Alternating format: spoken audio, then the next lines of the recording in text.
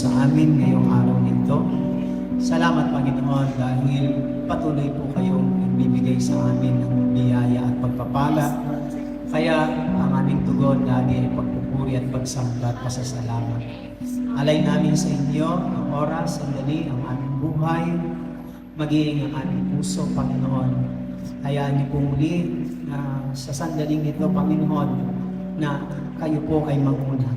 Samahan at patnubayan niyo po kami, sapagkat wala po kami magagawa kung wala po ang inyong pagkilos at pagsama. Hayaan niyo po ang inyong Espiritu Santo, ang siyang mangusap, magturo sa amin upang lalo pa po kami mapalapit sa inyo at maunawaan namin ang mga salita na gusto niyo ipahatid sa amin. Dalangin namin na mangusap ito sa aming mga puso upang malakaran namin, Panginoon, ang inyong kalooban. Kaya anuman ang aming kahilingan ngayong hapong ito, lahat ng aming dala o mga prayer requests o mga dalangin namin, sa inyo namin pinagkakatiwala. At puso kaming nananalig, Panginoon, na sa salita po ninyo ay mayroong katugunan, kasagutan at pagpapala. Tanggapin niyo po ang lahat ng ito sa pangalan ni Jesus. Ito po ang aming samot dalangin sa pangalan ni Jesus, ang ngalan ng Ama, Anak at ng Espiritu Santo. Amen and Amen. Purihin natin ang Panginoon.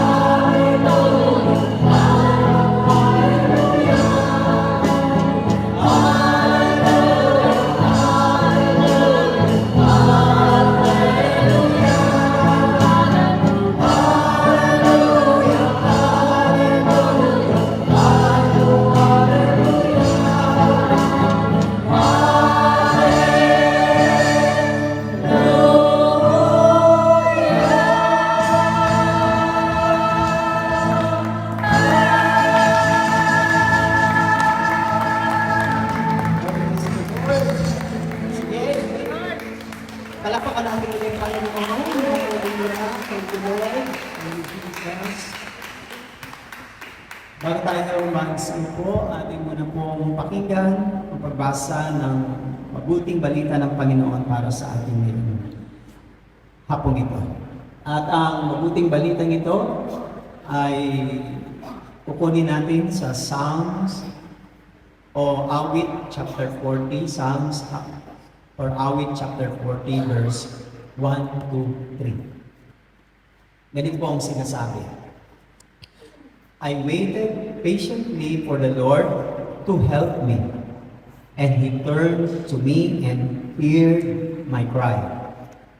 He lifted me out of the pit of despair, out of the mud and the mire.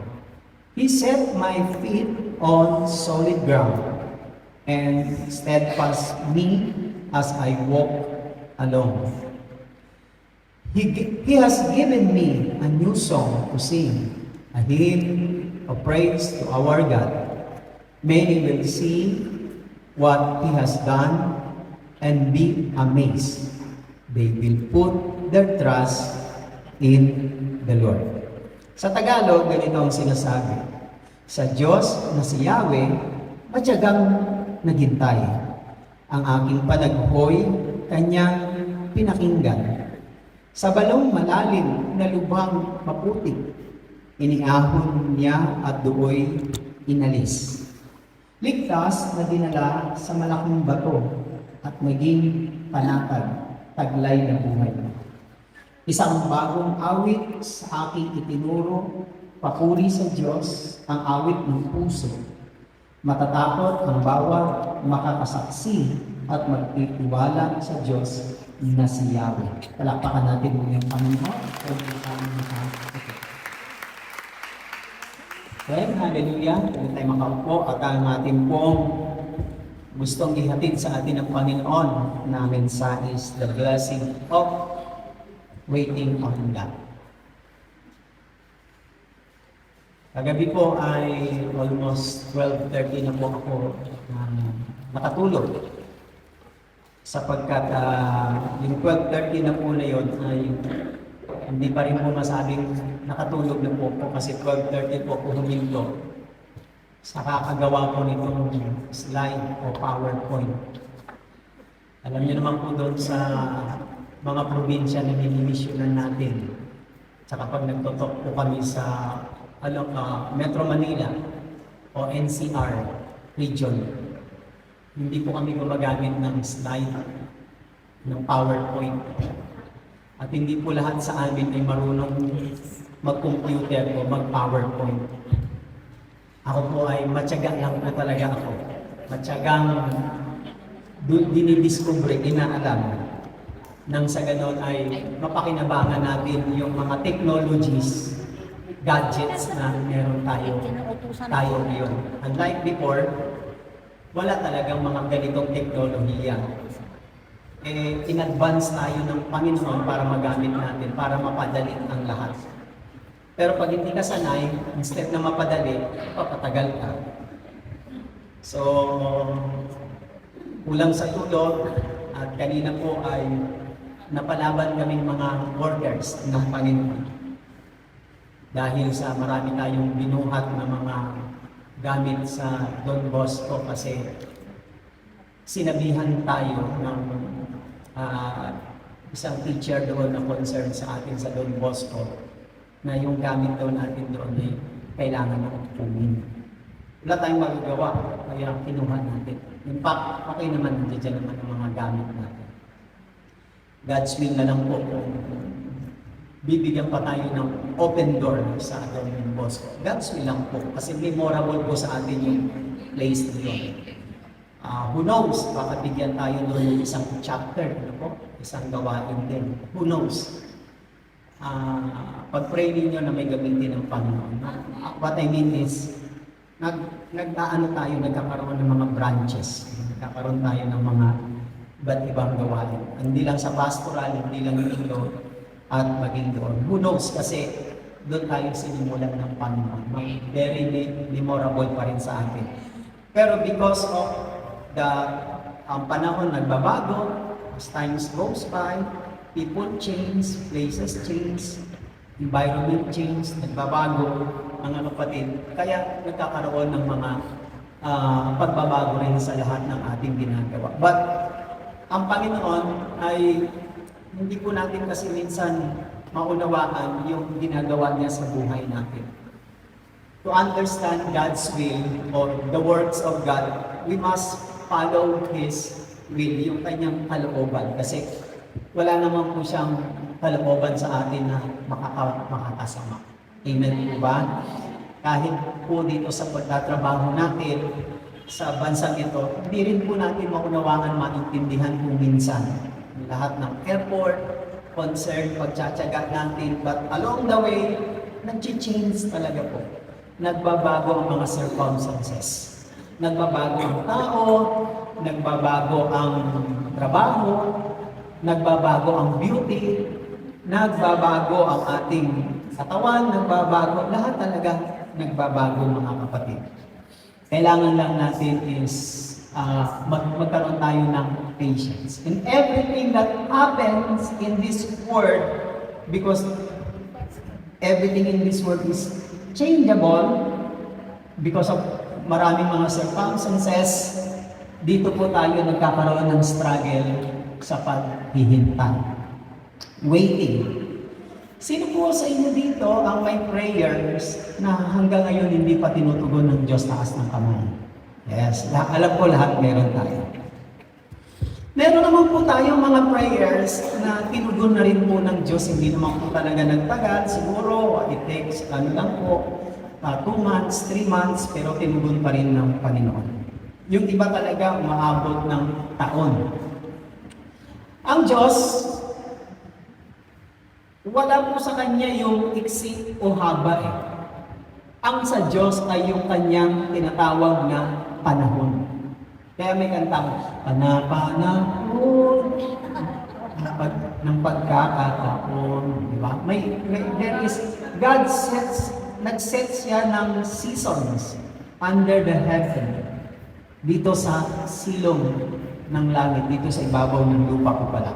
Naglagay siya ng mga panahon, season. At kung minsan, pag pinipilit natin yung gusto natin at namangyari yung panahon na gusto natin at kailangan natin, mga kapatid, ay hindi nangyayari sa buhay natin.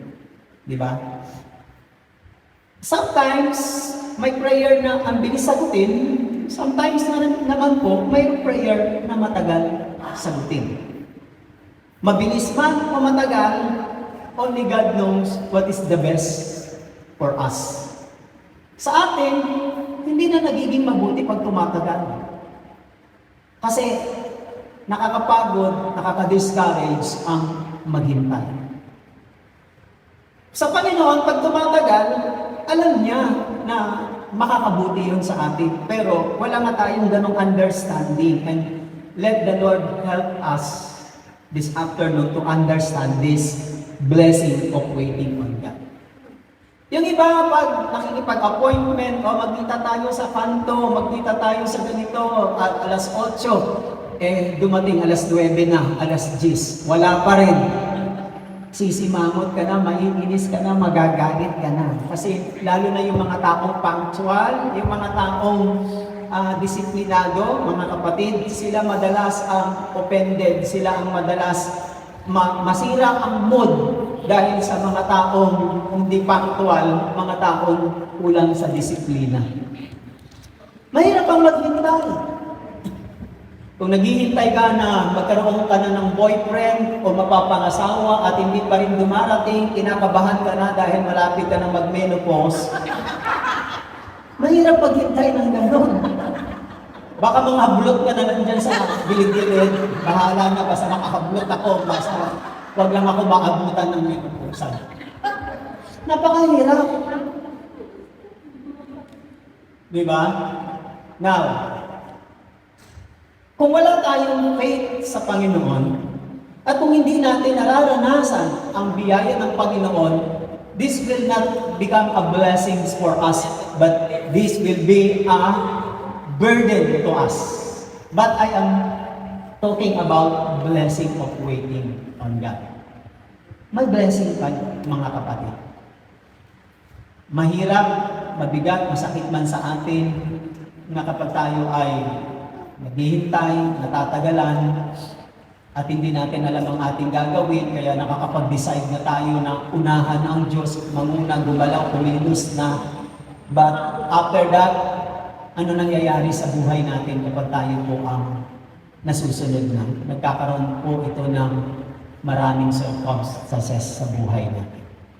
Let me turn, mga kapatid. What is waiting on God? Yun po ang unang magandang tanong. Ano ba yung paghihintay sa Diyos? Si David ay dumating po siya sa isang mabigat na problema. Ano po ang description ng problema ni David? Puntahan natin. Sabi niya, He lifted me out of the pit. Ano po ibig sabihin ng pit? Ito po ay isang balon o na malalim o of despair. Kinompare niya na yung kanyang problema ay katulad daw ng balong malalim. Sa Tagalog, balong malalim, dito po, pit of despair. Nakita niyo po? Kanya pong pinapakita rito. Nalubhang maputik out of the mud and the mire. Sabi niya, nalubhang maputik at inahon niya. Iniahon niya at do'y inalis. But the first word is, I waited. We cannot separate the word waiting and patience. Hindi po natin pwedeng paghiwalayin yun. Pag tayo po ay naghihintay, ang isa po sa pinakamagandang virtue, while you are waiting, you must have patience. Hindi po natin pwedeng separate yung word na yan. If you have patience, pag meron kang pagtsatsaga, yung mga taong may ganitong virtue ng pagtsatsaga, sila po yung mga taong hindi po nahihirapan maghintay. Para sa kanila po ay mas masarap kainin yung hinog sa puno kaysa pinalburo. Kaya mas masarap. Pareho namang hinog, pero ewan ko, may mga tao talagang maaarte. Gusto nila talaga hinog sa puno. O doon ka na tumira sa puno para pag nahinog, saka mo ngayong kainin. There is nothing such as fresh talaga pag binibili natin yung mga fruits sa sa market, sa mga grocery. Kasi pag pinitas yan, uhugasan pa nila yan, tapos i-repack pa nila, aabutin ng ilang days bago natin bilhin sa grocery. Hindi na rin siya fresh.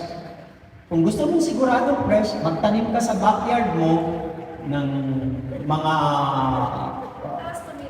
at yun talaga, fresh talaga yun. Papaya, mangga, magtanim ka, yun talaga, fresh talaga yun. Pero yun sa grocery, there's nothing such fresh. Siguro, 10 days, 15 days, kasi itatransport pa yun, babiyahe pa, lalo na kung mga imports. Alam niyo naman dito sa Macau, wala na, bibihira tayong makakita dito ng agriculture, bibihira.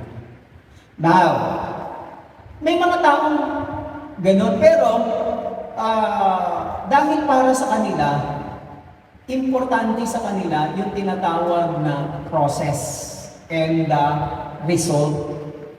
Pwede na rin po siguro yung okay na yan, pwede na yan, okay na yan, pwede na yan. Yung mga bara-bara todo pasa, pwede na yan, okay na yan, pwede na yan. Pwede na rin siguro yun, pero sa Diyos, hindi kasi ganoon ang ng Panginoon ang kanyang kalooban o gusto na yung okay na yan, pwede na yan. Kasi God is a God of order, God is a God of beauty. God is a God of Kaya tinan nyo sa Bible, lagi ang binagawa ng Diyos, tama, mabuti, at magaganda, at kapuri-puri, kaluwalhati. Sa atin, okay na yan, pwede na yan, okay na yan. Tama na yan, pwede na yan, okay na yan. Di ba ganun tayo? Sa Diyos iba, because God is a God of beauty, God is a God of time. Ganun siya. Ganun ang attitude, ang katangian ng Panginoon. At gusto niya, maging ganun din tayo kasi wala nang sasarap pa kapag galing sa Diyos. Dahil lahat ng galing sa Diyos ay makakabuti sa atin at sasaya tayo at maluluwalhati ang kanyang pangalan. Now, balikan natin. What is waiting on God? Waiting is not just something we have to do. Hindi lang ito yung mga bagay na dapat nating gawin hanggang sa makuha natin yung gusto natin. Di ba? Pag meron kang gustong gawin, dream o goal o meron kang gustong marating makuha, ano gagawin mo? Magtatsaga ka, maging effort ka, pagtitiisan mo hanggang sa makuha mo until you get what you want. Hindi lang po ganun ang paghihintay. Waiting is part of the process of becoming what God wants us to be.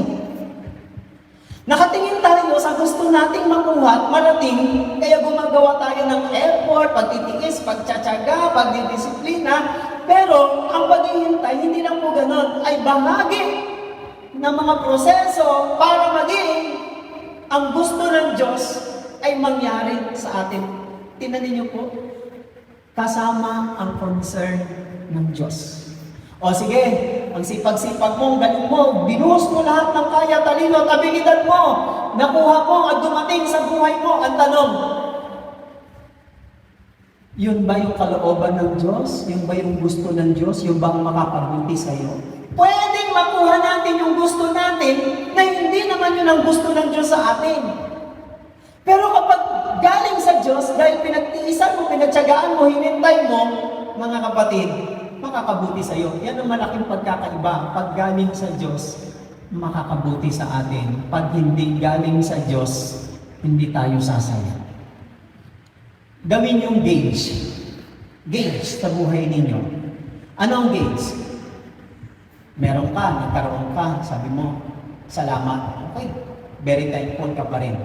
Pero ba't ganon? Sa kabila ng napaka-thankful mo sa Panginoon, bakit ganon? Hindi ka pa rin masaya, parang kulang. Hindi kasi pwedeng ang bigay ng Diyos, hindi ka sasaya. Hindi pwedeng gano'n. Basta galing sa Diyos, mararamdaman mo, magkakaroon ka ng peace of mind, magkakaroon ka ng joy. Anything that you are troubled, because even if you have it, pero troubled ka pa rin, tingnan mo yung gauge mo. Baka hindi itong gusto ng Diyos, pinilit ko lang. Amen? Baka hindi itong gusto niya, pinersa ko lang, pinilit ko lang. So, waiting. Waiting for God is not laziness. Hindi ito katulad ni yung kwento ng Juan Tamad na nasa ilalim ng puno ng bayabas at nakanganga siya ng gano'n at hinihintay ng mahulog yung bayabas. Nung tayo nag-aaral ng elementary ng kwento ng Juan Tamad. May mga naghihintay, pero wala naman silang ginagawa. Hindi pwedeng gano'n. Alam niyo ba, yung prayer ay meron ding action. May mga taong paladasal, pero bakit hindi binibless ng Diyos? Paladasal sila. May mga taong hindi naman nagdadasal, sila tuloy ang binibless. Di ba nakakapagtaka rin? Ano kailangan? Eh di pagsamahin mo. Pagsamahin mo yung dalawa, paladasal ka, and the same time, ikaw ay diligent o industrious. Di ba, mga kapatid? It's not laziness. Hindi nangangalunggan, naghihintay tayo, lagi ka lang nakababad sa Facebook, hindi ka lumalabas, hindi mo binabanat yung katawan mo, hindi po ganoon ang waiting. Another one is not going to sleep. Di ba? Kailangan din nating matulog, magpahinga, pero huwag nating ubusin ang lahat ng panahon sa kakahintay sa Panginoon na pagpalain niya tayo sa pamagitan lang tayo ng pagtulog lang. Or is not abandonment of effort. Ang ibig sabihin niyan, hindi ang paghihintay sa Diyos ay hindi yung paglisan, pag-alis ng iyong lahat ng mga effort na ginagawa mo. Ibig sabihin, meron pa rin effort. While you are waiting, you just take an effort. Yun po ang kailangan, mga kapatid. Amen? Palakpakan natin ang Panginoon. Now, to look forward eagerly, dinadagdagan ko po. Ang ibig sabihin ng waiting for God is to look forward eagerly. May mga dumarating sa buhay natin na nababalahaw tayo, na-stuck tayo, na-stagnant tayo. Ang dyablo kasi, habang naghihintay ka at eagerly ka na marating mo yung gusto ng Panginoon sa buhay mo, gagawa po siya ng mga diversion tactics hanggang sa ikaw ay malugmok. Ikaw ay mawala sa iyong focus. To look forward to eagerly. Ano po ang ibig sabihin niya? Or continue, nagpapatuloy ka with expectation. Magkarugtong ito.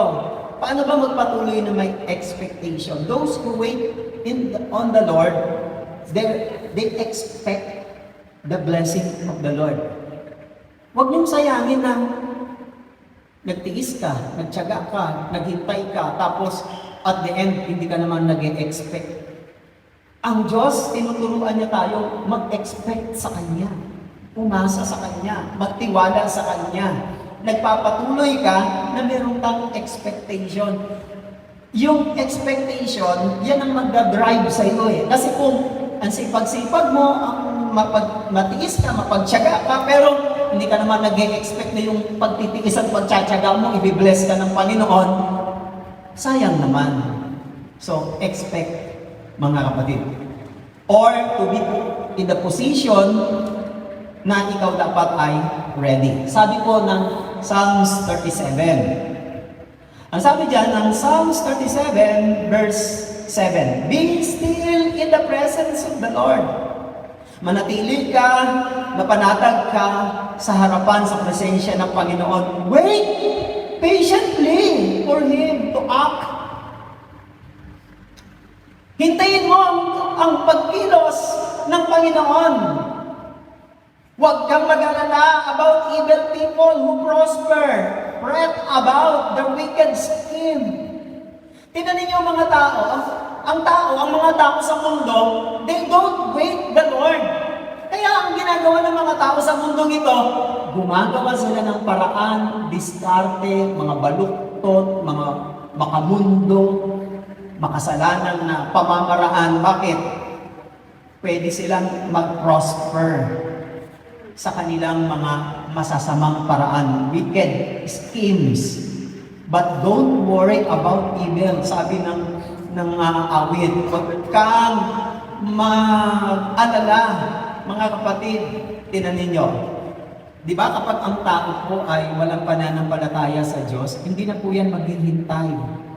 Ilalaban niya po ang kanyang sarili, makagawa ng kahit masamang paraan, siya na po ang gagawa at ikilos. Pero dito sabi ni David sa Psalms 37, wait patiently for Him to act. Hindi ikaw yung gagawa at ikilos. Hintayin mo ang Panginoon. Darating naman yun eh, mga kapatid eh. Minsan, maaano ka lang, matetempt ka. Kasi the wicked prosper because sila po ay hindi na marunong maghintay sa Panginoon. Kaya tinan ninyo, makikita nyo sa paligid natin, kung sino ba yung mga sumusunod, naglilingkod, nananalig sa Panginoon, pinagtitiisan, pinagtsatsagaan na pwede naman nilang gawin katulad ng ginagawa ng iba, they would rather to wait the Lord patiently, mga kapatid. Tapos nakikita nila yung iba nagpo-prosper. Huwag kang ma-discourage kung naiiwanan ka na, medyo natatalbugan ka na, ang laki-laki niya ng narating niya, ang dami niya ng nangipon, ikaw, konti pa lang, andyan ka pa rin. Mga kapatid, wala po yan sa paramihan at padamihan ng mga nagagawa at nararating. Ang sukatan ng Diyos when it comes to blessings, hindi laging material.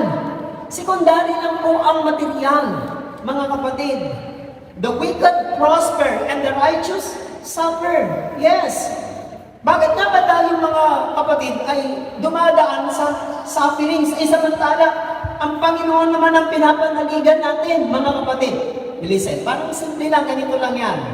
Siyempre, pag nasa Panginoon ka, ang gusto mong gawin kasi, yung tama at mabuti.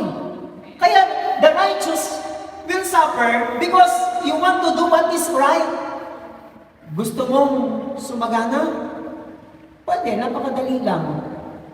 Tularan mo yung mga taong gumagawa ng wicked schemes. Masasamang pamamaraan. Tularan mo sila. Dali lang yan. Gusto mo kagad lumaman? Dali lang, magtayo ka ng Shabu Laboratory. Palagay ko, mabilis kagad yan. Kahit hindi ka na 3 years, 4 years dito sa Macau o 5 years. Gusto mong yumaman? Daming kasino rito. Malay mo, isang araw, ikaw manalo, di ba? Ang ibig ko sabihin, madaling gumawa ng paraan para umunlad ang tao mag-prosper. But the question is it from the Lord? May mga taong nagpo-prosper na sila, pero hindi naman sila nagkakaroon ng contentment, peace of mind, and joy. But those who wait patiently for Him to act, iba talaga pag ang Diyos ang kumilos. Now, yung ability to calm yourself, your heart, and wait before the Lord is one of the most difficult things in the Christian life. Ito isa sa pinakamahirap yung kaya mong maging kalmado ka sa sarili mo. Lalo na pag nasa gitna ka ng mararaming tukso, problema o kabigatan, kaya mo. Bakit? Kasi yung old nature, yung likas natin bilang tao, ay restless, walang kapanatagan. Walang kapanatagan. Ang mundo laging nagmamadali. Laging nagmamadali. Ang mundo. Yung para bagang wala nang bukas. Wala nang... Tama naman, di ba? May mga bagay talaga na dapat nating magawa ngayon na hindi na pwedeng ipagpabukas. Pero may mga bagay na pwede pang gawin para bukas. Hindi po lahat na pwede nating gawin ay ngayon nating pipiliting magawa. Mapipressure po tayo noon kasi naglalagay tayo ng oras, timetable, naglalagay tayo ng parameter natin.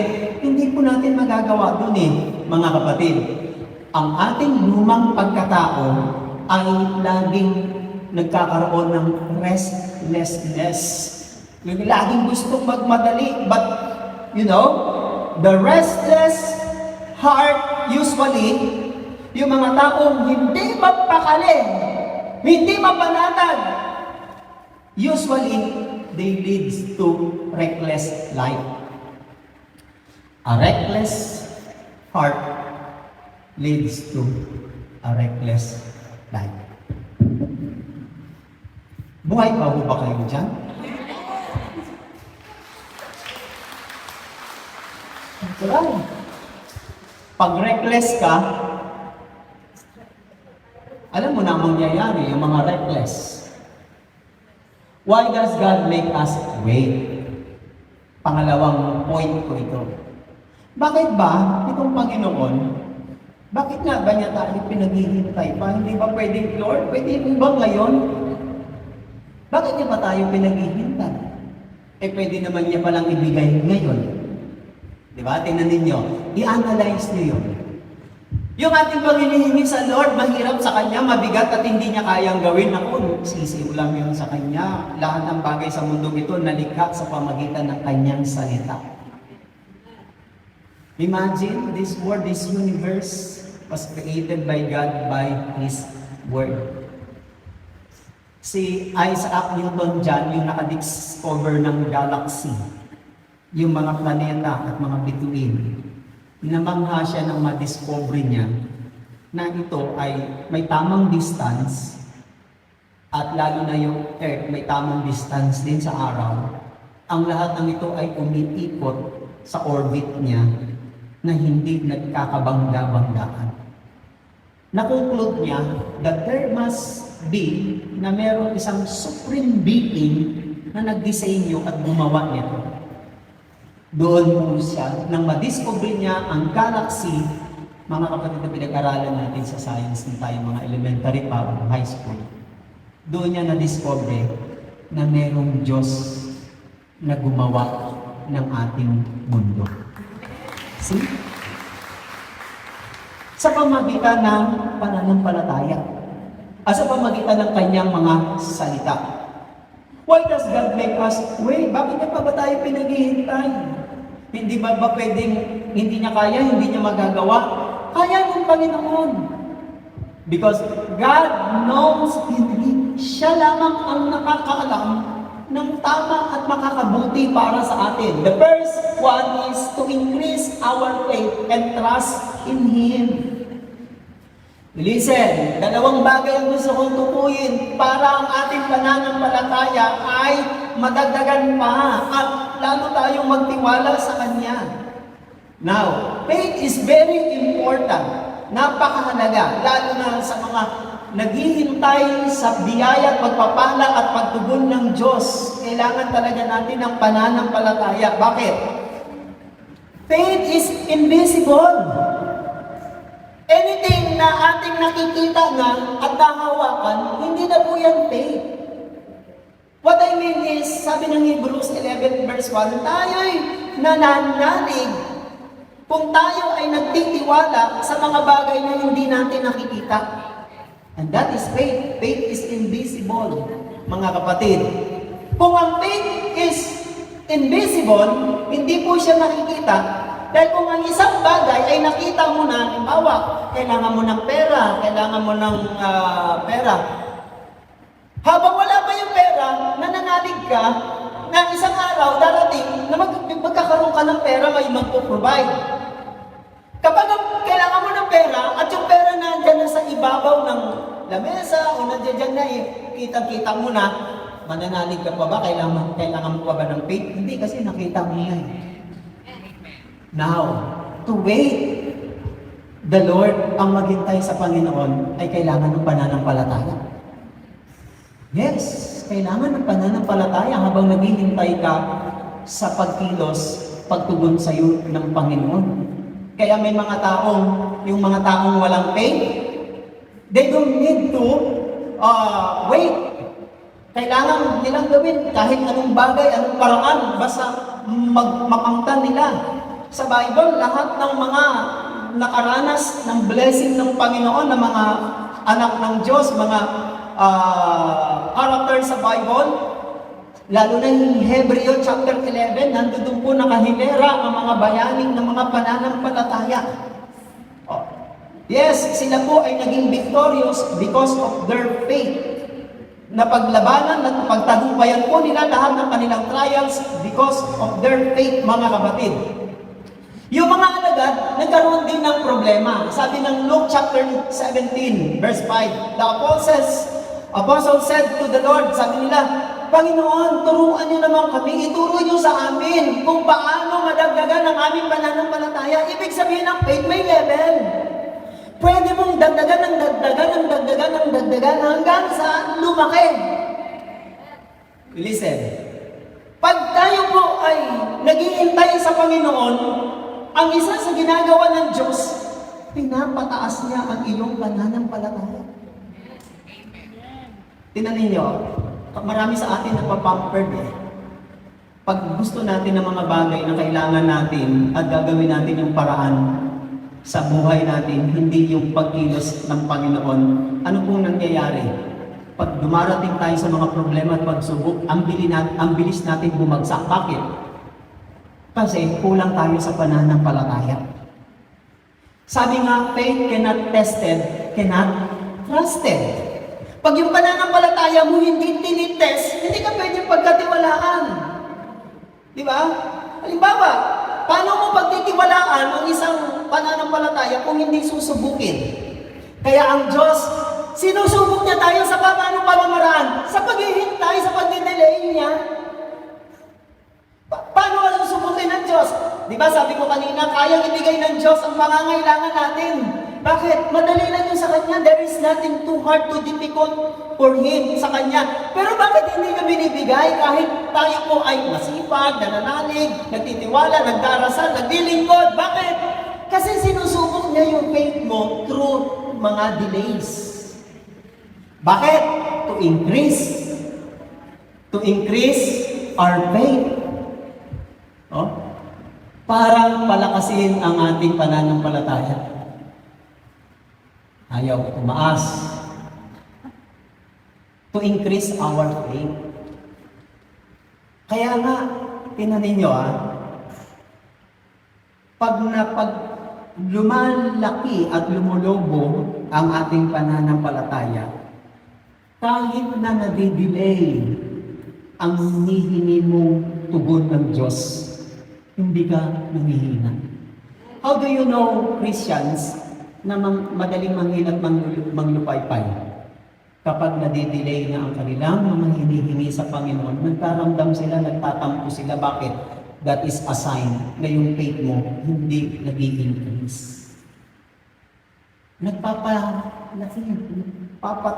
nagpapataas ng ating pananampalataya. Ito naman ang nakakapagtaka naman sa atin. Lahat na nga dito nagtataasan. Bilihin, nagtataasan. Tuition fee, nagtataasan. Tubig, ilaw, nagtataasan. Di ba? Sa sasakyan, pamasahe, gasolina, nagtataasan. Lahat. Damit, nagtataasan. Nakita ninyo sa atin, sibuyas, bawang, kamatis, isa-isa, nagtataasan. Sabi ng inyong mga mahal sa buhay, mama, papa, ate, tita, dagdagan nyo naman yung remittance bill nyo kasi bawang pa lang, sibuyas, nagtataasan. Tingnan ninyo, di ba nahihirapan sila? Bakit? Kasi kapag mataas yung pananampalataya mo kaysa sa mga bills, presyo ng bilihin, hindi ka maaapektuhan kasi mas mataas ang pananampalataya mo.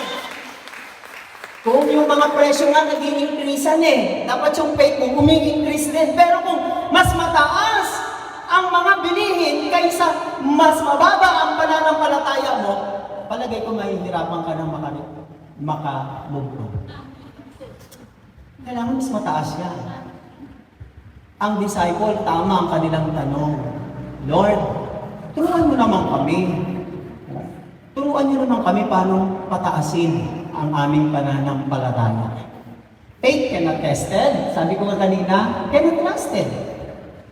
Pag bumili ho ba kayo ng appliances, pag bumili ho ba kayo, sabi niyo, o sige ho, pakibalot na po, ako po'y aalis na. Hindi. Bawat TV, ano po yung pictures, volume, yung color, ganyan, etc. Pipihitin, ituturo sa'yo. Saka pag nakumbinsi ka, parang ganda, saka mo bibilin. Ititest mo na. Pag bumili ho ba kayo ng sasakyan, kailangan mo ba bilhin ka agad? Hindi. May road test po na tinatawag. Niro-road test po yan, mga kapatid. Di ba? Pag bumili ho tayo ng mga appliances, tinitest po yan. Pinapailaw, pinapasindi, tinitest. Para malaman mo na hindi defective. Ganon din ang pananampalataya Faith cannot tested, cannot trusted din. Paano ka pagtitiwalaan ng Panginoon? Ang pananampalataya mo laging iwan na iwan. Mga kapatid, palagay ko, wala nang pong pakinabang ang paghihintay kung nasubok ka na ng Panginoon. Wala nang pakinabang ang paghihintay mo sa Diyos kung subok ka na. Madali lang malaman kung bakit ka laging nagdidelay ang tagal-tagal sa kanila ang bilis tugunin. Hindi natin alam yun kasi huwag mong i-compare sa iba na ang bilis-bilis nilang tugunin, ikaw ang tagal.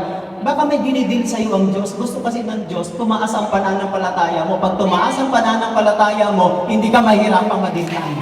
Hindi ka mahirapang maghintay. Kaya ka lang nahihirapan kasi may problema ka sa faith. Amen? Now, Psalm 27 says, sabi ganon, verse 4, wait on the Lord, be of good courage. Maghintay ka sa Panginoon, sa kilos, tugon, gawa ng Panginoon sa buhay mo. Be of good courage, and He shall strengthen your heart. Wait, I say, on the Lord, wait. Laging ine-emphasis ni David, wait. Bakit? Napakahalaga kasi ng paghihintay. Be of good courage. One of the enemy of our waiting on God is discouragement. Ang discouragement, tandaan nyo, galing kay Satan. Pag ang tagal-tagal na ng prayer request mo, ang tagal-tagal mo ng pinagdarasal na magbago siya, ganito, pero tagal pa rin. Yung iba, tinugod na, sinagot na. Mga kapatid, anong ibig sabihin nun? Kumikilos si Satan mo, dinidiscourage ka. Huwag mong ibabase sa iba kung bakit mabilis ang tugon ng Diyos. We do not know, kasi only God knows. Siya lang nakakaalam ng laman ng mga puso natin kung sino tama at kailangan niya na. Pero ang basis pa rin ng Diyos doon is matuto kang maghintay. Just like David. Si David, nang siya po ay inanoint para maging hari ng Israel, he was about 16 years old. 16 years old and that is teenager, tama? Oh, inanoint na siya ng Diyos para maging hari. Kaso may nakaupo pa. Sino? Si Haring Saul. Hindi po siya nakaupo sa trono at kinuronahan bilang isang hari at rinoclaim na hari. Naging hari lang siya at the age of 30. Pero siya po ay inanoint na maging hari. Bakit po? Kasi nakaupo pa yung unang hari na sumuway sa Diyos, hindi nakapaghintay. Ang problema ng Haring Saul, the first king of Israel, hindi siya nakapaghintay kay Prophet Samuel. Sabi niya, mag-o-offer ako sa Diyos. Maghintay ka, hintayin mo ko, huwag ka muna mag-o-offer. Ang ginawa niya, nagmadali siya, pinangunahan niya ang trabaho ng isang propeta, kinuha niya. Pagdating ni Prophet Samuel, sabi niya, ang ginawa mo ay isang pagsuway kay Yahweh. Kaya mula ngayon, hindi ka na gagawin, hindi na ikaw ang magiging hari. Kaya napili ngayon si David. At the age of 16, walang kaalam-alam si David na siya palang i-anoint ng Diyos para maging hari. Kaso, pwede na dapat siyang tumutong sa trono at para maging hari. Kaso, hindi naman niya nakuha yun. Hinintay niya pa hanggang 30 years old siya at doon lang siya nakaupo bilang hari. Napansin po ninyo, naghintay si David. Maturity is learning to wait for things. Alam niyo kung sino po yung mga taong yan na mga mature? Hindi po sinless mature. Kapag marunong ka daw pong maghintay, palatandaan yon na ikaw ay mature. Ang mga tao hindi marunong maghintay at magtiyaga ay mga palatandaan ng taong immature. Naku po, wala na nag-amen. Bahala na po kayo dyan. Pinanong po ninyo is learning to wait for things. Huwag niyo pong madaliin yung mga anak ninyo. May process din po yan eh. Tinan nyo, may mga ina na selan. Gusto nila yung anak nila, honor kagad. Gusto nila matalino, ganyan. Kaya, ibibigay naman nila ang kanilang mga suporta. Ganyan, gusto nila, ganito na marating, gusto ganyan, ganyan. Sabihin natin, yung effort mo, may reward. Pinokos mo yung anak mo lagi sa pag-aaral, hindi mo na pinipigilan mong lumabas, makipaglaro, makipag-tanching, piko, Chinese garden, etc. Kasi tinutok mo siya kasi meron kang standard meron kang di ba?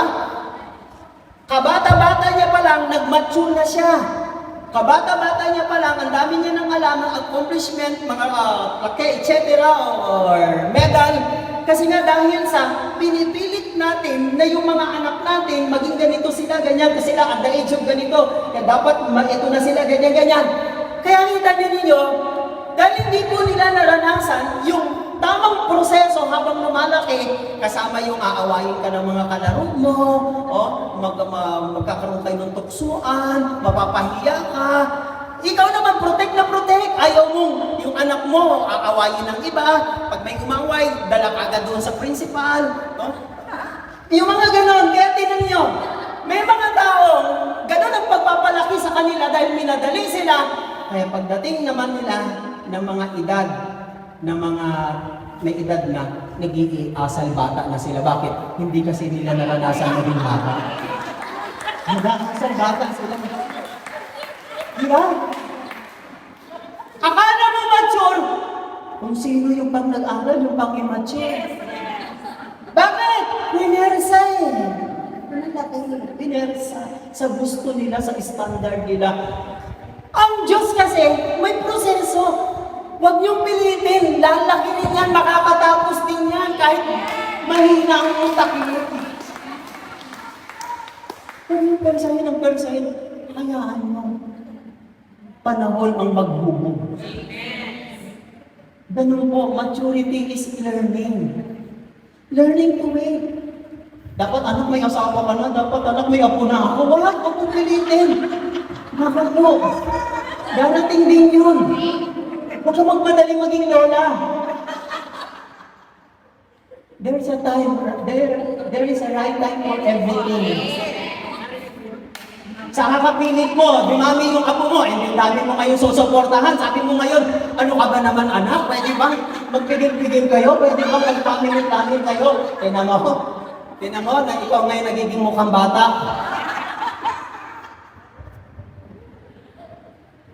Punta tayo dun sa proseso ng Diyos. Amen? Waiting, why waiting is hard? Napakahirap. Mga kapatid, because it requires you to trust. Alam niyo pala kung bakit mahirap maghintay? Hinihingi ng Diyos ang pagtitiwala. Kahit sabihin natin nanghihina ka na, parang susuko ka na, give up ka na, mga kapatid, pero hindi ka bumibitaw, nagtitiwala ka pa rin sa Panginoon. Kahit nahihirapan ka, ganun po ang hinahanap ng Diyos, pagtitiwala. Tingnan niyo po si Noah, ang isang napakagandang example, si Noah. Si Noah ay halos 120 years nang itinayo niya ang malaking barko. According to the some of commentaries ng Bible, 120 years building the ark. And then, tapos another 40 days ng ulan na walang tigil hanggang sa bumaha. And another 150 days bago mag-subside ang tubig. Another 150 days. Ang dami niyang mga paghihintay.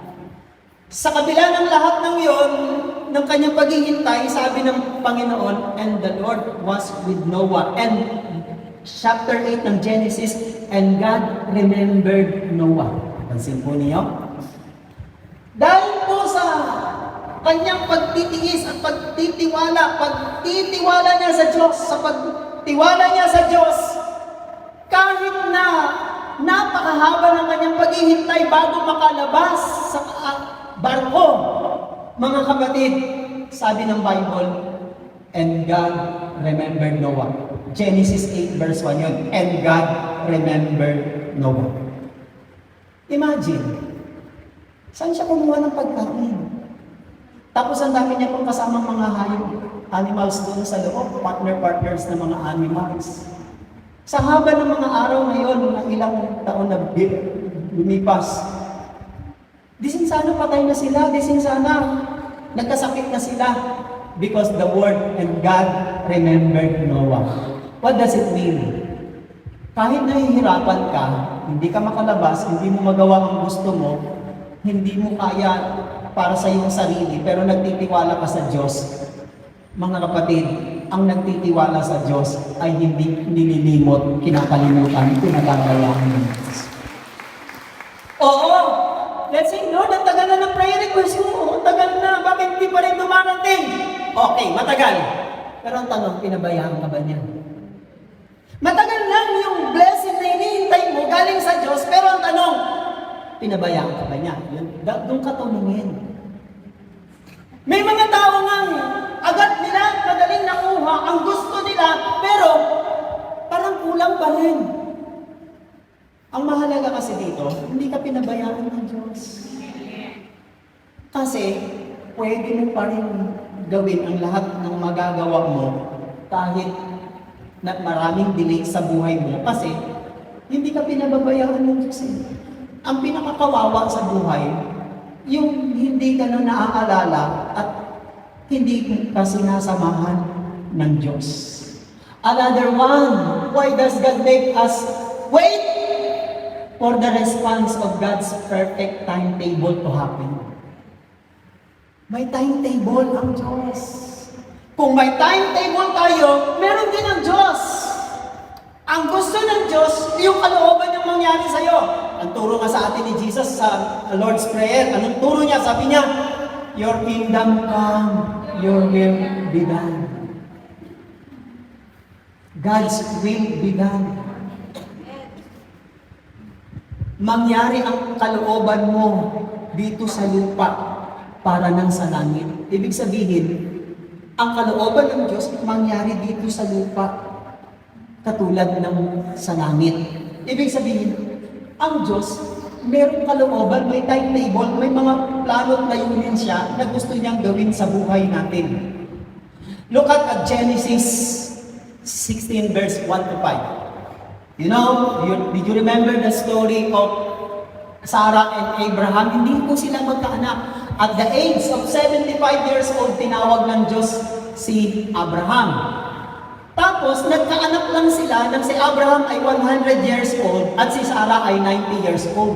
Imagine, 90 years old, nagkaanak pa. Hindi natin alam kasi covenant ng Diyos, pangako ng Diyos yun eh. This is, ito ay isang pangyayari na personal na pangako ng Diyos sa kanila yon, hindi sa atin. Ang Diyos kasi may individual na gustong gawin sa isang tao na gusto niyang makipag-covenant like Abraham. At sabi ng Diyos kay Abraham, siya ay magkakaroon ng anak. Naniwala si Abraham, naniwala siya si Sarah, medyo doubtful siya at tumatawa-tawa siya. Sabi niya, mahirap na itong mangyari. Then, sa kakahintay niya, parang, sweetheart, ang tagal yata ah. Sabi, di ba bibigyan tayo ng anak? Paano ba yan? Ang tagal-tagal naman, na-burden na si Abraham. Lalo na yung babae. Sabi ng babae, wala na akong pag-asa. Nag-worry na sila, nag-alala na sila. That anxiousness or worriness nila, because it wasn't happening, ang ginawa ngayon nila, gumawa sila ng plano. Sila ang gumawa ng timetable. O sige, kasi noon, nung kultura ng panahon ngayon ni Abraham, na yung katulong ay pwedeng sipingan kapag ang mag-asawa ay walang anak. Valid yun. Pwede yun sa kanilang culture. Sa culture ng panahon ni Abraham. Pero sa Diyos, hindi valid. Di ang nangyari ngayon, sipingan ni Abraham ang kanyang katulong na si Hagar. Then dumating ang time na nagbuntis ngayon si Hagar. Ngayon, na-insecure si Sarah kasi siya ang tunay na asawa. At si Hagar ngayon, ang piling niya, siya na ngayon yung asawa dahil siya yung nagbuntis. And then, si Abraham ngayon at si Sarah ay nagkakaroon na sila ng problema. O, sabi, inaaway lagi ni Sarah sa Abraham. Sabi niya, bakit mo ako sinisisi? Eh di ba pinag-usapan naman natin ito? O, kahit pumayag ka naman. Then, nagsisisihan ngayon yung mag-asawa. O, nang habang sila'y nagsisisihan, mga kapatid, dahil sa kanilang ginawa, it was a big mistake. Mistake, malaki nilang pagkakamali, and that mistake caused them a lot of troubles and problem for their families. Yun ang sanhi. Bakit? Nanghimasok sila dyan, mga kapatid, at hindi nila hinintay yung panahon na pinangako ng Diyos sa Kanya kasi nga, na-burden napagod sa kakahintay. Huwag kayong mapapagod. Sige, hintay lang. Kasi hindi naman kayo kakalimutan ng Diyos. Napagod yung mag-asawa. At yung pagod na yun sa paghihintay, gumawa sila ng shortcut at ang shortcut si Hagar. Nag-detour sila. Masarap po ang shortcut pag naglalakad, di ba? Opo, masarap po ang shortcut. Pero hindi po lahat ng shortcut ay maginhawa. Karamihan sa nagsushortcut, nagkakaroon ng problema. Pag shortcut mo, paglikot mo, pag-detour mo, sabi ng enforcer, Sir, may violation kayo. Pansinin nyo, mga kapatid, ang gusto kong sabihin, sa Diyos walang shortcut. Paano ba yun? Mahilig kang shortcut para gumaan, para hindi ka na maghintay. Kung dediretsuhin mo ng isang oras, pero pag shortcut mo, kalahating oras lang, malaki na natupid mo, 30 minutes. Eh sa Diyos, walang shortcut. Gusto ng Diyos, timetable, nakaprogram, nakaayos. Anong nangyari? ang maiisip lang natin, nagkaroon ng malaking problema sa mag-asawa because nagbitur sila, sinorkat nila ang panahon ng Diyos. Alam niyo ba ang pinakamabigat na problema ngayon ng sinorkat ng mag-asawa? Yung gera sa Israel. Nagtaka kayo? Itong mga Arabs na ito, galing sa lahi ni Ismael, anak ni Abraham, kay Hagar, nakatulong. Diyan ang galing yung mga Arabs nation na yan, pati mga Palestine. Na nagigera sila ngayon, na higit isang buwan na ang kanilang walang tigil na gera, hindi matanggap ng Palestine ang Israel na naging nation. Ayaw din naman ng tigilan ng Israel ang kanilang claim na lupa nila yon dahil nga pangako yun ng Diyos kay Abraham, dadalhin sila doon sa lupang yun. Sila ang may karapatan. Ang iba naman, nakaaway, sila rin ang may karapatan. Yan ang problema. Both of them may karapatan. Hanggang ngayon, walang tigil na pag-aawayan. Saan galing? Doon sa shortcut ni Abraham at Sarah. Ay, nako. Marasin na doon galing. Maganda ang shortcut. Pero, sa atin, pero sa Diyos, wala kasing shortcut. Pasensya na po kayo. Kailangan nyo talagang sundin ang timetable ng Diyos. Amen? Waiting is hard.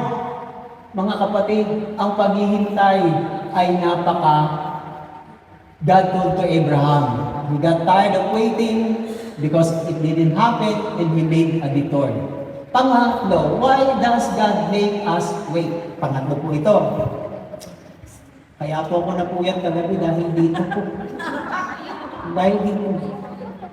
Di ba sabi ko po sa inyo, marami po akong mga itinok, mga minutes, pero nagbabase po kasi ako doon sa kailangan natin.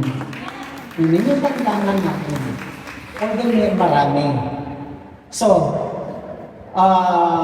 next is, God has a better answer than our request. Kung sa'yo maganda yon, tama. Okay na po sa akin, maganda na ito. Pero meron pang nakikita mas maganda ang Diyos dyan. Yun ang dapat tingnan natin. Oh? Kasi yung maganda sa atin, at the end, nagsisisi tayo. Sabi, dapat pala, hindi na lang pinili ko. Dapat hindi na lang pala ito. Nagsisisi tayo, di ba? Malalaman mo na tama at gusto mo at maganda sa'yo.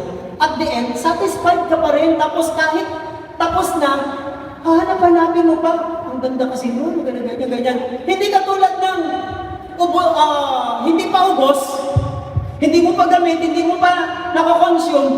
Sana, hindi ko na pala pinatulad, hindi ko na pinuha, hindi ko na binili. Bakit? Kasi nga, mas maganda kasi yung galing sa Diyos. Tandaan niyo, dito tayo talo. Yung nakikita natin at alam natin na tama at mabuti na nakikita natin, alam at nakikita ng Diyos. Pero yung alam at nakikita ng Diyos, hindi mo makikita at hindi mo malalaman. Di talo tayo doon? Tama po ba ako doon sa logic na yon? Yung alam at nakikita ng Diyos, hindi natin alam at nakikita. Pero yung alam natin at nakikita natin, kitang-kita din ng Diyos. Kaya sabi ng Diyos, anak, wag yan. Wag yan. Ito yung gusto ko. Hindi, Lord, ito type ko yung medyo alam. Ito yung type ko, Lord, pasensya ka na, Lord. Kailangan God has a better. Kaya we have to wait. Isang kwento. Nabasa ko isang patotoo. Merong isang sister, pag nagre-reunion sila, ako parang mapaparto na naman tayo. Pag nagre-reunion po sila, siya na lang po ang isang naiiwan na walang asawa. Tuksuan sa reunion nila, tuksuan sa alam na reunion nila. Ang arte-arte kasi napakapihikan. Akala mo kasi yan tuloy. Nagmatandang dalaga na. Isang araw, maraming mga missionaries na Christian ang bumisita sa kanilang baryo. At the age of 45, niligawan siya ng Amerikanong misyonaryo. Di sa madaling sabi, nakapangasawa siya. Dumating uli ang time ng kanilang alumni, ng kanilang reunion. Aba, nagtaka. Bakit? Lahat ng naririnig niya sa mga kaibigan niya, schoolmates niya, batch niya, hiniwalayan ng asawa, yung iba binubugbog, yung iba hindi na masaya, ang iba nagpaplano na ng mga divorce or annulment. Sabi nila, buti ka pa. Buti ka pa. Nainggit sila. Tingnan ninyo sa huli na ng kanya, kala niya hindi na siya makakapag-asawa sa kakahintay niya, pero nang tinimbang at sinukat na ng kanyang mga kabatchmate niya, siya ang pinakainggitan, sabi sa kanya, mabuti pa kami, hiniwalayan na ako ng asawa. God has a better answer than yours, than ours. Ngayon, nakapulong ko na mo ba? What should we do while waiting on God? Ano dapat natin gawin habang naghihintay tayo sa tugon, sa bigay, sa blessing ng Panginoon? Una, examine your motives and your requests. Examine mo muna. Tama ang humiling sa Panginoon, pero yung hihingin mo sa Panginoon, ay tama rin ba? Sabi ng James 4 verse 3, and even when you ask, kahit na hindi kayo ng hindi, pray kayo ng pray, may mga gusto kayo, you don't get it because your motives, yung pala yun are all wrong, mali. Bakit wrong? You want only, gusto nyo lamang para sa inyong pleasures. Para sa ating alin? Para sa ating kapritsyohan. Kailangan kong magkaroon ng iPhone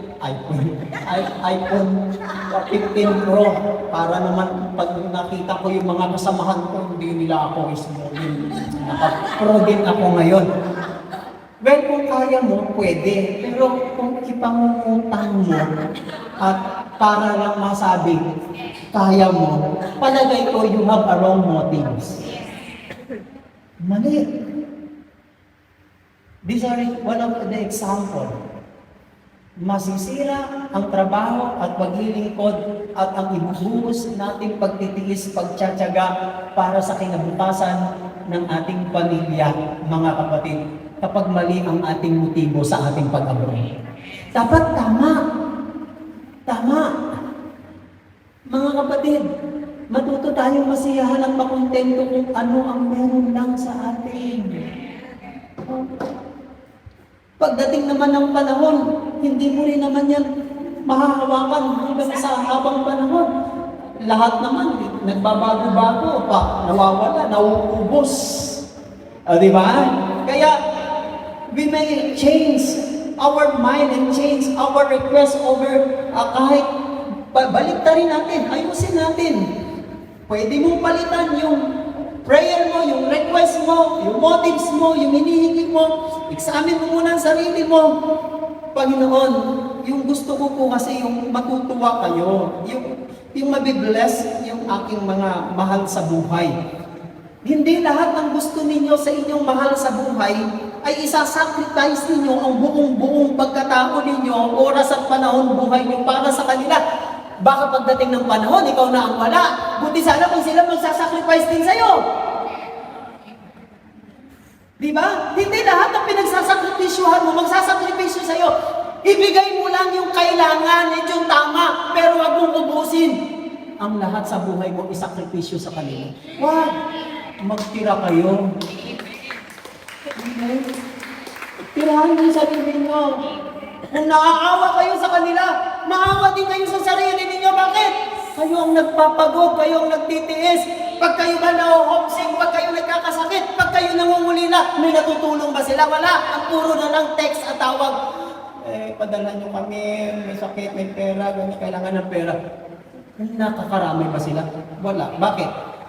Maraming mga OFW, pagbalik na at tapos na sa trabaho, finish contract for good na. Hirap na hirap pa rin sila. Alam niyo kung bakit? Kasi lahat binigay na nila. And that is a wrong motives ng panigayahin mo sila. Tama, paligayahin mo sila, pero huwag mong ubusin lahat sa iyo. Magtira ka. Amen? Now, that's it, brothers and sisters. Another one. Pangalawa, what should we do while waiting on God? Continue to faithfully serve Him. Ngayon, di ba, sabi, ang mananatiling tapat ang lumakas ang maniligtas. Gusto mo ba lang tugunin at pagpalain ka ng Diyos? Problema, hindi ka naman dapat. Nagiging seasonal ka, pang-anniversary ka lang, Dapat, manatili kang tapat sa Panginoon. Ayaw ng Panginoon na pabago-bago ka, doubtful ka, nagwe-wave ka. Ang pagiging tapat ay hindi nangangahulugan sinless. Ang pagiging tapat ay ibig sabihin nun, bukas ka sa harapan ng Diyos at handa kang magpakasakit para lamang sa kapurihan ng Panginoon. Pagtilisan, pagtulaan. Now, what should we do while waiting on God? Ibilisan ko, continue to pursue in prayer until the answer comes. Magpatuloy ka. Saan? Sa iyong mga dalangin hanggang sa ang sagot dumating. Habang hindi ka dumarating yon, mga kapatid, patuloy ka lang kasi hindi pa dumarating. But it does not mean na kapag dumating na, titigil ka na. Hindi. It's another prayer again. Prayer uli. Did you remember itong Luke 18 verse 1 to 5? Yung babaeng byuda, yung balo? Ang problema niya, hindi sinabi, pero humihingi siya ng tutulong sa isang hukom. Yung hukom, ang karakter, walang takot sa Diyos at wala rin ginagalang na tao. Ibig sabihin, how can you ask a favor from this kind of judge na walang iginagalang nire-respect na tao at wala rin takot sa Diyos? Napakahirap humingi sa taong walang nire-respeto at wala rin galang sa Diyos, hindi natatakot sa Diyos. Doon siya humihingi, palibasa, byuda na siya, wala naman siyang ikabubuhay. Sabi niya, get justice from my adversary. Tulungan mo ako sa aking kaaway. Hindi natin alam kasi noong unang panahon, ang mga ari-arian lang noon, mga property lang noon, lupa at saka mga pananim, etc. Wala pa naman ng mga appliances. Sabi niya, tulungan mo ako, mga kapatid. Sabi ng verse 3, ng verse 4, for some time, he refused. Ilang beses daw po siyang tinatanggihan, hindi ini-entertain. Noon kasi, ang mga korte noon, trapal lang, tolda lang. Merong isang room doon sa huli at yung room ng judge. At pagkatapos sa unang room, i-accommodate siya ng assistant ng judge. Palibasa, hindi siya makadirect, kaya ginagawa niya, sigaw lang ng sigaw. Hindi siya humihinto sa kakahiling, sa kakahingi. Tulungan mo ako. Bigyan mo naman ako ng pansin. Sabi niya, yet because this widow keeps bothering me, dahil ini-istorbo ko lagi ng widow na ito, hindi ako matahimik, hindi ako makatulog, wala na akong peace of mind. Sa kakasigaw, sa kakahingi niya ng tulong, ibibigay ko na ang hinihingi ng justisya ng babaeng ito, kasi baka lalo pa ako ang atakin niya. Sa ibang version, ibibigay kong hinihingi niya, baka pa ako maubos sa ang aking pasensya o baka pa ako ay mapasama. Mga kapatid, yung walang ginagalang na tao, yung walang takot sa Diyos, bumigay na talo ng babae sa kanyang kakahimik ng tulong. Mga kapatid, balikan ko po yung gusto kong sabihin. Continue to pursue until your prayer, until the answer comes. Ganun ang ibig ko sabihin. Hindi yung hindi pa dumarating, sumpo ka na, give up ka na, bumitaw ka na.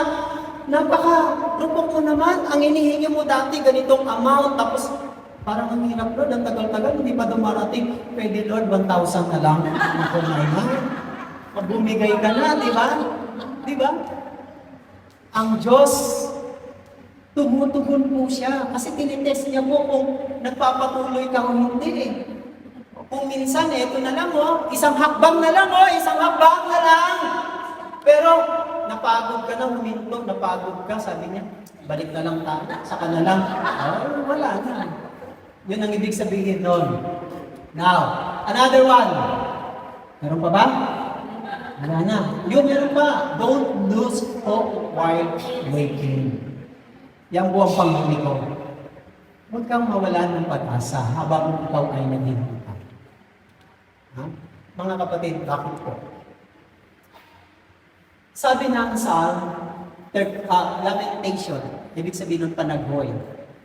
Chapter 24, verse 20. Hindi po 32, wala pong 32 ha. Chapter 3 lang po yan, nagdagdagan po ng 2 dahil ako po'y antok na. The Lord is my portion. Hanggang chapter 4 lang yan po yan. The Lord is my portion. Chapter 3, verse 24. Sabi niya, the Lord is my portion, ang Panginoon ang aking bahagi, says my soul. Therefore, I hope in Him. The Lord is good to those who wait for Him. Ang Diyos ay napakabuti, napakabait. Saan? Sa mga naghihintay sa Kanya. The soul who seek Him, ang mga naghahanap sa Kanya. It is good that one should hope. Napakabuti daw po kapag ikaw ay umaasa at naghihintay sa Panginoon. Ibig sabihin, mabuti pala ang naghihintay sa Diyos. Kung ang paghihintay ay mabuti sa harapan ng Diyos, ang umasa ay mabuti sa harapan ng Diyos, kung mabuti, bakit ka bibiguin ng Diyos kung tama at mabuti? Mga kapatid, when we wait on the Lord, we will experience the blessing of God's presence. Nararanasan natin. Pag tayo ay marunong maghintay sa Panginoon, mararanasan talaga po natin.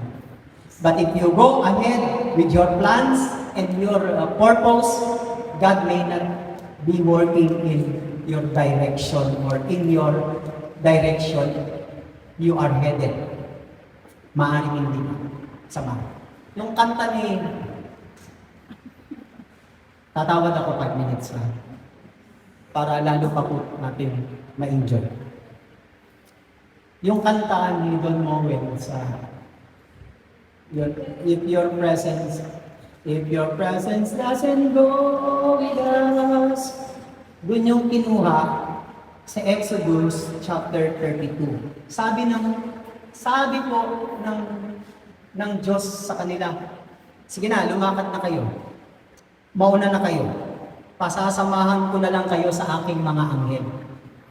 Kasi, nung una, nang lumakad sila, na walang pagsama ng Diyos, sarili nilang kalooban, plano at desisyon, natalo sila. Hindi na umulit si Moises. Sabi ni Moises, Lord, di ba samahan mo kami sa sunod naming lakad at laban? Okay, sige, samahan ko kayo. Pero anghel ko na lang ang sasama sa inyo. Lord, ayaw ko ng anghel. Gusto ko kayo. Dito yung kanta, if your presence doesn't go with us, do not send us from here. Kung hindi nyo kami sasamahan ng yung presensya, huwag nyo na lang kami payaunin, huwag nyo na lang kami patakbuhin at papuporwadin. Kasi gusto ko kayo ang kasama, ayaw ko ng anghel. Sa atin, anghel okay na yun di ba? Napaka-arte ni Moises. Lord, gusto namin kayo. Kayo gusto namin. Ayaw ko ng anghel. Ano pong ibig sabihin nito? Kasi yung faith at saka intimate ni kalapitan ni Moises, kilala niya ang Diyos mga kapatid. Now, yun ang sabi ng Panginoon. Sige, umalis na kayo, sasamahan ko kayo ng aking mga anghel. Hindi pumayag si Moises. Noong una, hindi sila nakapaghintay. Hindi sila nakapaghintay because the visible presence of God to the Israelites, and Moses, pag-araw, yung ulap. Pag yung ulap umandar, kailangan sumunod sila sa ulap. Ibig sabihin, pinangungunahan sila ng presence. Doon yan sa book of Exodus chapter 32.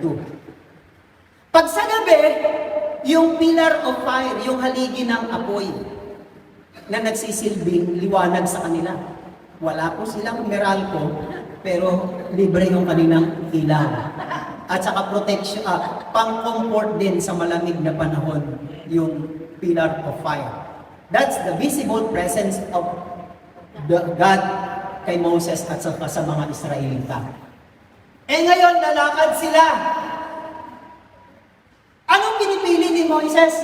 Yung presence ng Diyos.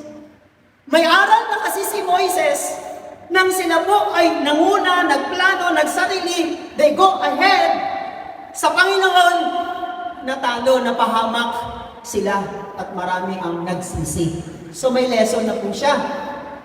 Ngayon, kailangan niya nang hintayin ang kilos at presensya ng Diyos. Now, if we go ahead with our plans and our purposes, God may not be working in our direction that we are headed. Pwede. Now, magiging mag-isa ka na nga lang. Ang hirap kasi pag walang pagsama ng Diyos. Kahit anong problema pinagpasan-pasan natin, basta nararamdaman natin sinasamahan tayo ng Diyos, blessing na po yun. Blessing. Ano po ang mas madali bago tayo magsitayo? Which is easier? Multiple choice question po ito. Which is easier? Working with God or working without God? Working with God. Waiting with God or doing without God? Living with God. Bakit po? May blessing. Tandaan niyo po. God will not violate His word. He will not twist His word kapag tayo po ay nagtitiwala sa Kanya at naghihintay. Dahil sa Bible, ang Diyos ay laging may mga nakatakdang panahon ng pagtugon sa atin. Kaya kung meron siya nakatakdang panahon, sabayan mo lang siya, hintayin mo lang. Dahil kung sa tingin mo, yung iba, na umusan ka na, nalagpasan ka na, nalamangan ka na, huwag mo dun ibase ang iyong blessing. Ibase mo sa pangako ng Diyos na walang hintay sa kanya, na kanyang pinagalaan. Amen. Tumayo po tayong lahat. Let us all stand. Kunin natin ang ating mga dala at mga prayer requests. Hallelujah to the Lord. Hallelujah to Jesus. Hallelujah, Panginoon. Salamat po ngayong hapon ito. Salamat po sa mga salita po ninyo na nagbigay sa amin ng inspirasyon, kalakasan, liwanag upang makita at maranasan po namin kung gaano po kayo kabuti sa amin. Help us, Lord, to wait on you. Teach us, Lord, to increase our faith, to trust in you, Panginoon. Dalangin po namin habang nadidelay ang aming mga kahilingan, mga blessing, na amin pong inaasam-asam. Lord, kayo po ang nakakaalam ng mabuti, tama, na magbibigay sa amin ng kagalakan, kapayapaan, at higit sa lahat ng kalwalhatian sa inyong pangalan. Hindi nyo kami tutugunin, pagpapalain na hindi mapaparangalan ang inyong pangalan. Kaya po kapag ang mga kahilingan namin ay dumarating sa amin, yun po ay nakabuntot at kasama ang karangalan ng inyong pangalan, Panginoon. Kaya po, samahan, turuan, at bigyan niyo po kami ng espiritu ng katsagaan, Panginoon. Na hindi po kami madiskaril, hindi po kami mag-go astray, hindi po kami malayo sa inyo, Panginoon. Ang lagi po namin gustong piliin, ang sa inyo ay mapalapit at ang inyong presensya ay aming maranasan, Panginoon. Pagpalain niyo po lahat ng aming mga prayers ngayon, kasama ang aming mga loved ones, kasama po ang aming mga employer, kasama po, Panginoon, ang aming mga kamanggagawa at mga ka-prayer partners na naglilingkod po sa inyo. Patatagin, patibayin niyo po kami, Panginoon, sa mga panahong ito na marami pong mga circumstances, trials, persecution, sickness and disease, even failures na dumarating, mga disappointment na dumarating sa aming buhay na walang sino man sa amin. Panginoon, ang madidiskaril at malalayo sa inyo. Pagpalain niyo po ang lahat ng aming prayer request, lahat po ng aming mga dala, ibasbasan po ninyo, pagpalain po ninyo na maging instrumento niyo rin po, Panginoon, upang maipalaganap namin ang inyong mabuting balita dito sa bansang ito. At sa inyong pong mga pangako at salita kami nananangan at tumaasa na kayo po ang magbabalik ng gustong takan siksik, liglig at umaapaw.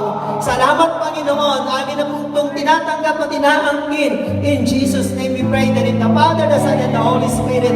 Amen and amen. God bless us all.